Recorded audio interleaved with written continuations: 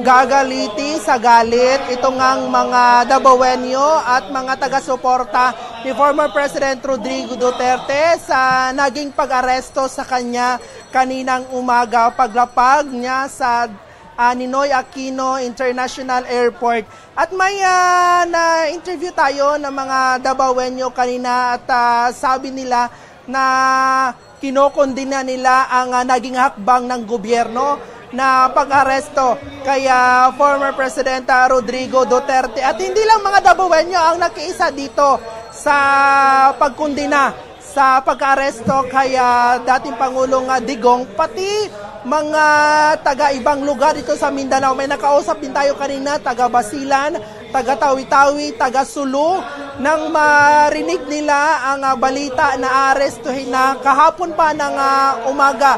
Ito nga si former President Rodrigo Duterte ay pumunta na sila dito sa Davao City para makiisa kung meron mang mga gagawing na mga aktibidad sa pagsuporta kay dating Pangulong Rodrigo Duterte. At sa ngayon, Chiki, nagpapatuloy dito ang programa dito mismo sa harapan ng bantayog ni Gato Ceresal dito sa San Pedro Square sa Davao City. May mga kantahan kanina, may candle lighting activity at the same time may mga speech dito sa mga local politicians kagaya ng mga councilors, vice mayors na present dito at maging mga empleyado ng Davao City Hall ay nandito, Chiki.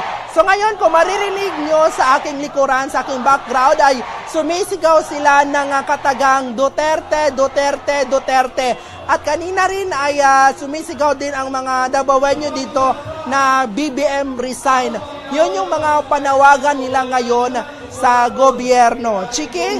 Meron ka bang nakausap dyan, Bril, kung ano sa tingin nila ang magiging impact nitong pag-aresto ni former President Rodrigo Duterte? Hindi lang sa politics, no? Pero sa buong Pilipinas.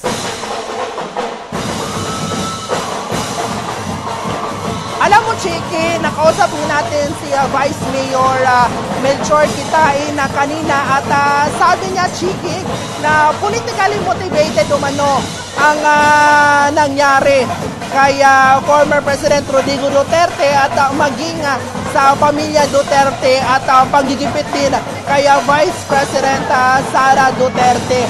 At ilang mga Dabawenyo ay kampante naman na malalampasan ito ni former President Rodrigo Duterte ang panggigipit sa kanya ngayon ng pamahalaan. Chiki? Bril, expected ba na ang magkapatid na Baste at Pulong ay darating dyan ngayong gabi?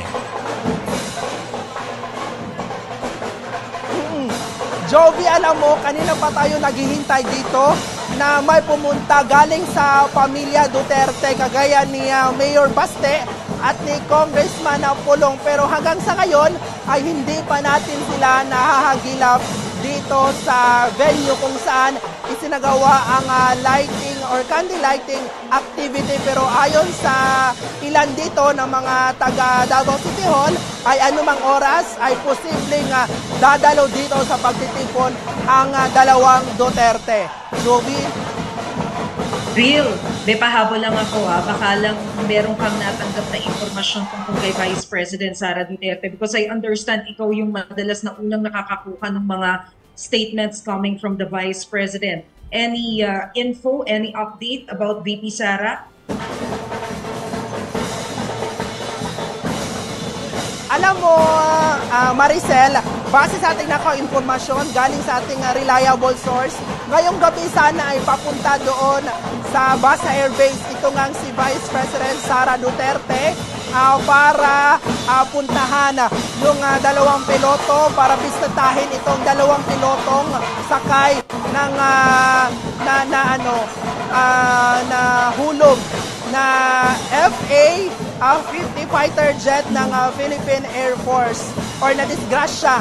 At sabi nga ay bumalik sa kanilang bahay ngayon si Vice President Sara Duterte para mag-prepare papuntang Villamor Air Base.